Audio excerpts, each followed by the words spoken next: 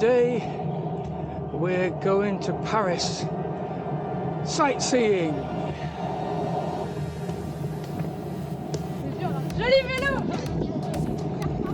Oh, bonjour.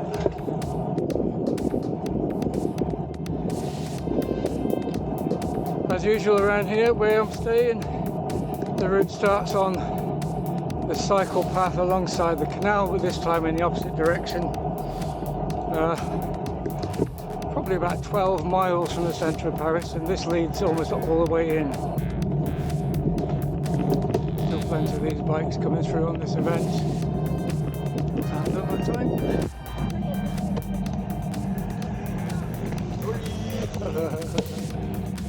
Dog getting a lift. And again, compared with facilities that I've come across back in the UK, this is a fantastic commuter route right into the centre of Paris.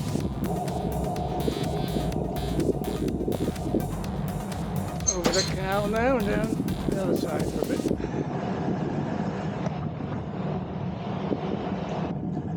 Just a few miles later, we're back over the other side.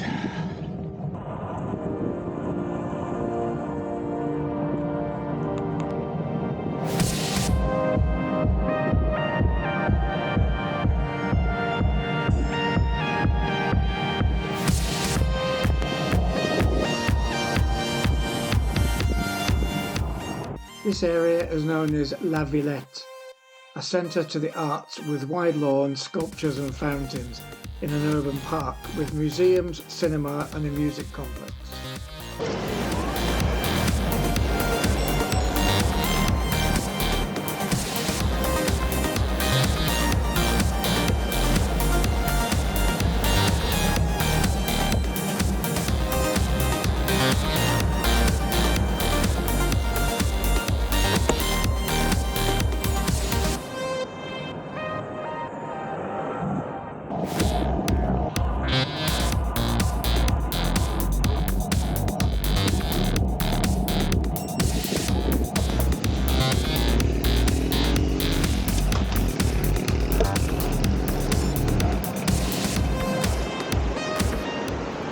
So this is our first visit to central Paris. This is the Place de la Bastille. The Place de la Bastille is a square in Paris where the Bastille prison once stood until the storming of the Bastille in 1789 during the French Revolution. The square is home to concerts and similar events, and as a consequence of its historical significance, the square is often the site of political demonstrations. It's actually what you call a cargo bike. Yeah.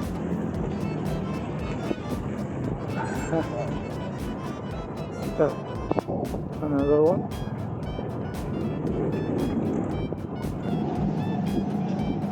It's crazy. I mean, this entire road almost is given up to bicycles, and the cars have got this narrow strip here. Wow.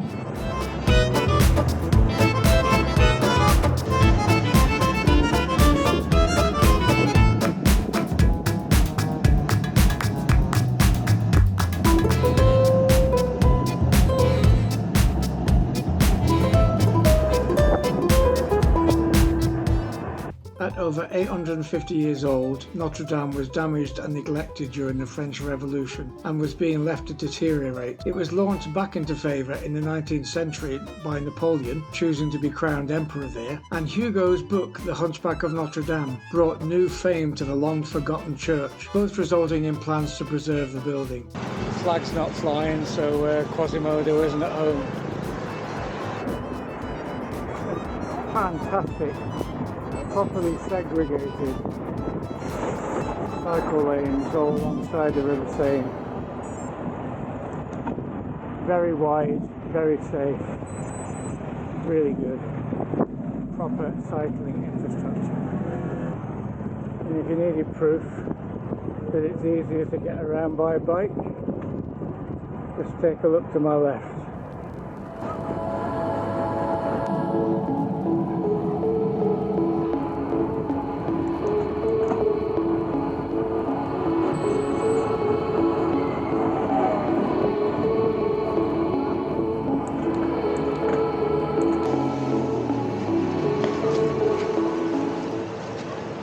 most iconic of Paris landmarks, the Eiffel Tower. Constructed for the 1889 World's Fair, the 1,083-foot tall Eiffel Tower was not popular in French artistic circles in the beginning, but has become a global cultural icon and is the most visited monument with an entrance fee in the world. And here's one that people don't often think about for Paris. You don't need to go to New York to see the Statue of Liberty. There's the other Statue of Liberty. In 1889, this statue was given to France by US citizens living in Paris to celebrate the French Revolution, 3 years after the main statue in New York was inaugurated. Originally, the statue was turned towards the east in order to face the Eiffel Tower. In 1937, it was turned towards the west so that it would be facing the original Statue of Liberty in New York. The other side of the river to the Eiffel Tower, and probably the best view of it that you'll get. The kind of thing you don't really need to be too close to, I guess.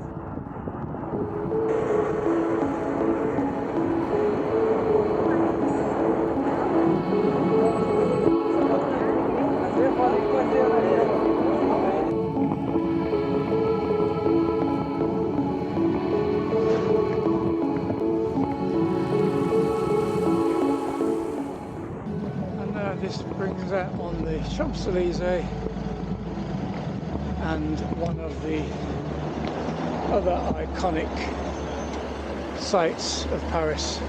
Completed in 1836, the Arc de Triomphe honours those who fought and died for France in the French Revolutionary and Napoleonic Wars. Beneath its vault lies the tomb of the unknown soldier from World War I. One of the more entertaining sights of Paris is to climb the many stairs up to the top of the Arc de Triomphe and look down on this island that has 12 roads going off it. There don't appear to be any rules, and it is just absolutely chaos. I'm not sure if it's true, but my family tell me in France that there's even a rule on car insurance in France where if you have an accident on the roundabout, the Arc de Triomphe, claims don't count, so just swear at the person you bumped into and carry on.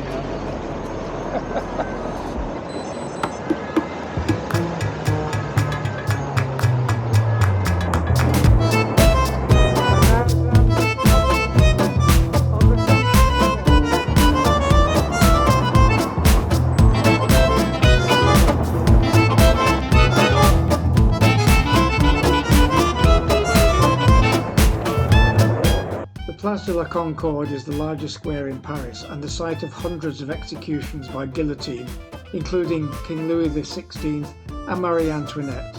Its centrepiece is the Luxor obelisk, a diplomatic gift from Egypt erected in 1836, but is actually over 3,000 years old, having previously marked the entrance to the Luxor temple. We're now in the Tuileries Gardens. I took my route through here purposely because I thought it might be a nice spot to sit and have lunch, which I'm going to do. I didn't realise it was a no cycling zone, so I'm just pushing along to this little part of the route. I'm going to find a nice spot under a tree.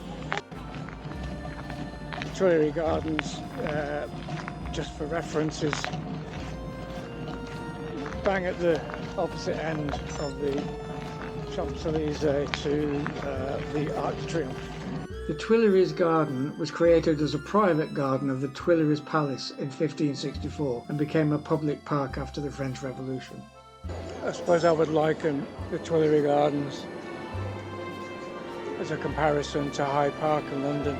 Huge great green space in the middle of a bustling, busy major capital city.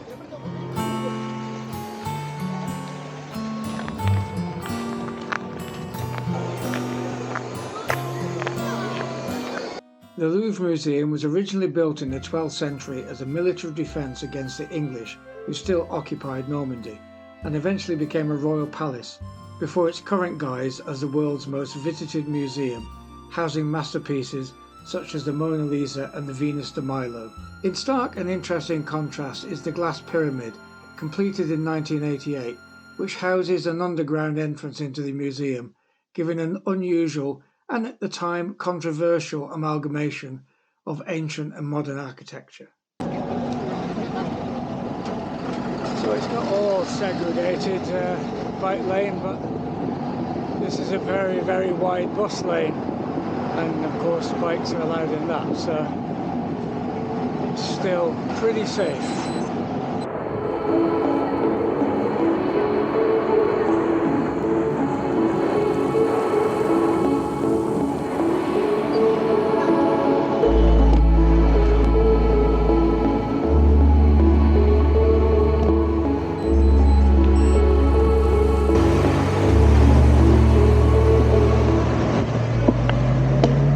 Doesn't get across Paris any quicker than me.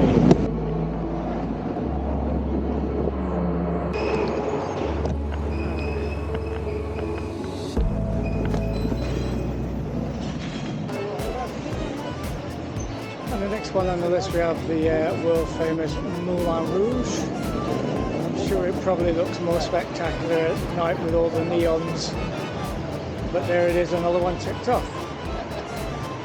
The Moulin Rouge was opened in 1889 with circus-inspired extravagant shows, including this bizarre act, Le Pétomane, who was known as a flatulist or fartiste.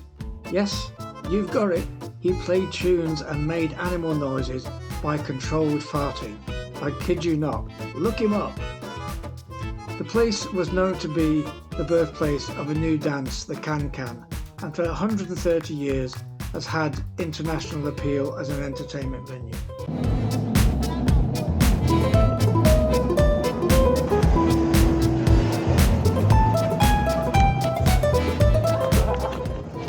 Well, I am supposed to be cycling up here. It would be a pretty impossible task. So we'll just have a little walk.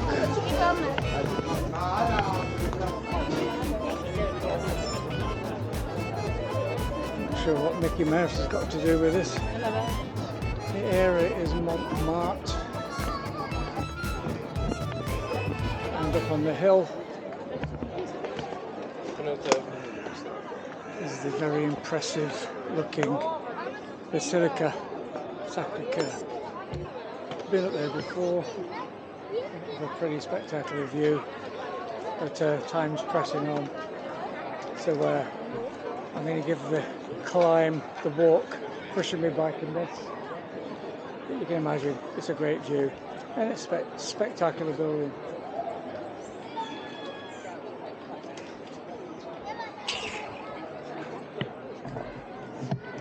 Now to find that canal and on the way home.